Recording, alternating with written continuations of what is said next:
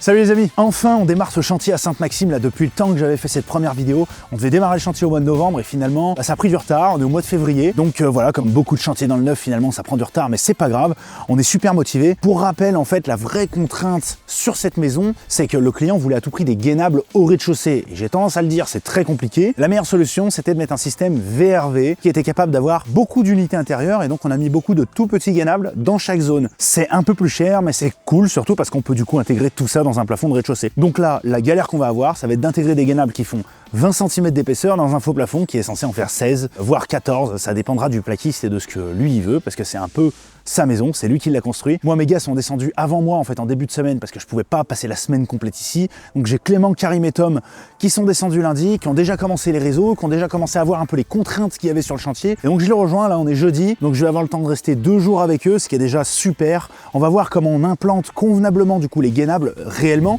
parce que j'avais fait des plans à l'époque, je pense que vous vous rappelez, ou si vous n'avez pas vu la vidéo, allez la voir. J'avais proposé plusieurs implantations au client qui lui convenaient a priori. Maintenant, avec le recul, il y a des choses qui ont changé, des plafonds qui ont bougé, des choses qui sont un peu différentes. Je vous emmène avec moi.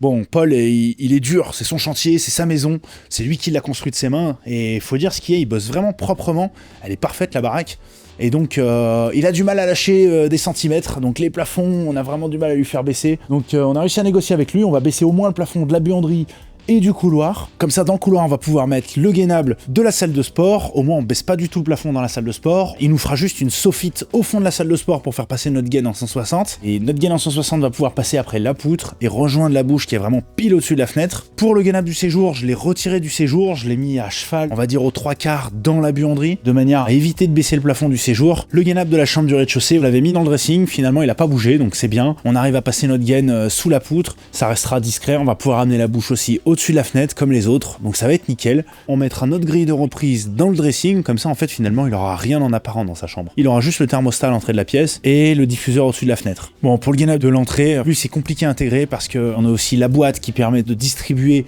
ce gainable et le split qui est un peu plus loin, celui de l'arrière-cuisine. Donc là, compliqué parce qu'il veut pas baisser le plafond dans le séjour. Je peux comprendre, mais du coup, on se retrouve à avoir que l'entrée à exploiter, ça va être très très dense. Donc on a mesuré, c'est sportif, mais c'est propre. Je pense qu'on va avoir un rendu final qui sera vraiment sympa. Ici, le système de climatisation qu'on installe, c'est un VRV. La principale différence avec une climatisation résidentielle, c'est qu'on peut choisir la puissance de l'unité extérieure et le nombre d'unités intérieures à raccorder.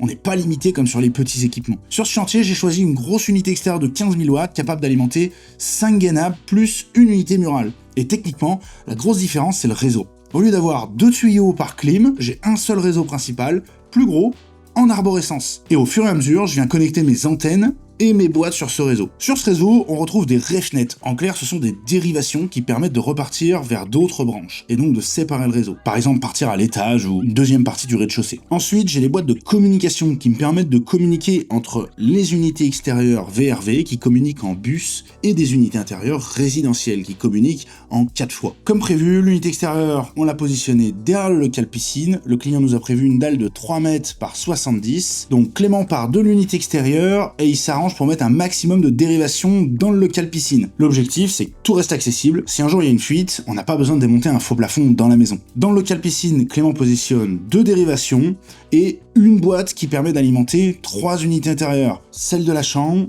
celle du salon plus proche et celle de la salle de sport. Une fois le réseau posé proprement au plus haut, on attaque la pose des gainables. Là, c'est simple, on se fixe dans le plafond en béton avec des chevilles métalliques. On met 4 chevilles métalliques, une par fixation, et chaque cheville peut accueillir jusqu'à 50 kg de poids. Donc on est vraiment large. Sur chaque cheville métallique, on vient positionner un boulon à œil pour accueillir nos câblettes. C'est elles qui permettent de suspendre le gainable convenablement. Avec des blocs câbles, on vient fermer ces câblettes et on règle le niveau facilement finalement. Et on peut même récupérer le gainable un peu plus bas pour s'aider à le monter. Les câblettes et les blocs câbles, c'est aussi 50 kg par accroche, donc encore une fois, on est large. Avant de fixer le gainable au plafond, bien entendu, on va fixer impérativement les plénums de reprise et de soufflage sur cela. L'idée, c'est de mettre des plénums isolés à l'entrée et à la sortie pour pouvoir accorder ensuite les gaines. L'idée d'un plénum, en fait, c'est de passer du côté carré du gainable à des piquages ronds. D'habitude, les plénums, on les achète déjà tout faits. Et là, en fait, on fait faire des plénums sur mesure justement pour que ça passe parfaitement dans les plafonds. Et on va venir le découper exactement là où on veut mettre nos piquages. Donc après, on met nos piquages plats, on fait quelque chose d'étanche. Ça nous permet de sortir comme on veut. Et ça nous permet de rentrer dans un faux plafond de 20 cm. Ensuite, on prépare le passage des gaines en mettant nos colliers, on prend le plénum, on déplie les pattes et on le fixe parfaitement au plafond en béton. L'idée, c'est que le plaquiste n'ait plus qu'à faire son plafond à ras le plénum. Et nous, on viendra ensuite poser les diffuseurs en fin de chantier. Une fois que le gainable est bien en place, il reste plus qu'à poser la gaine dans les colliers et la raccorder des deux côtés. Alors attention, quand je dis gaine en 160, je parle du diamètre intérieur, le diamètre utile de circulation d'air en fait. Nous, on met souvent des gaines de 50 mm d'isolant pour limiter au maximum les déperditions. Donc au final, la gaine, elle fait plutôt 200 mm, voire un peu plus. Et au passage des poutres, comme j'explique aux clients, on peut l'amincir légèrement si besoin. Pour le raccordement, on va commencer par accorder la gaine intérieure sur le piquage directement avec des vrais colliers de gaine. Par-dessus, on vient rajouter la deuxième peau, donc en fait on remet l'isolant par-dessus et on referme le tout avec du scotch aluminium. C'est propre, c'est étanche et ça tient nickel. Ensuite, on peut raccorder les liaisons frigorifiques sur les unités intérieures. Donc là, on va réaliser des raccords d'udjon. Ça veut dire qu'on va façonner le cuivre sur place en forme conique. Puis, on va le serrer avec un écrou en laiton.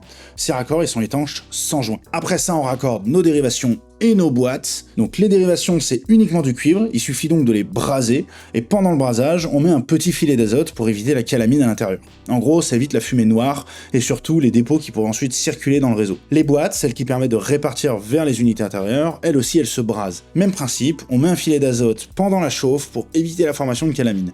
En fait, le filet d'azote, ça sert à chasser l'oxygène à l'intérieur des tubes. Du coup, cette semaine, on a réussi à finir toute la partie réseau frigorifique, on a posé toutes les unités intérieures, on a fait notre mise à l'épreuve à 30 bars. Karim a aussi pu faire toutes les évacuations d'eau des gainables. Il a amené toutes les évacs dans le vide sanitaire et le plombier va nous raccorder les évacs du coup sur les évacs de la maison. On a aussi pu faire tout le passage des gaines. Donc maintenant, on sait où on va, c'est clair. Normalement, on doit plus revenir en arrière, sauf gros changement. Et la prochaine fois qu'on va revenir sur cette deuxième étape, on va attaquer comme il faut le réseau d'air de la VMC double flux et poser les gaines des gainables, poser les diffuseurs de soufflage sur les gainables, donc ça va être vraiment aussi une étape cruciale, mais elle est quand même un peu moins stratégique que le réseau frigo. N'hésitez pas à nous suivre sur nos autres réseaux, on a un Facebook, on a un Instagram où on poste du coup toute l'actu, les chantiers, le réel en fait. Si vous voulez voir ce que concrètement on fait tous les jours, c'est là-bas que ça se passe. Et puis sur YouTube, on aborde des sujets qui sont plus profonds, plus techniques, parler de systèmes comme la dernière fois on a pu faire sur le chauffage électrique contre la clim réversible. On aborde aussi un peu des sujets sur le photovoltaïque.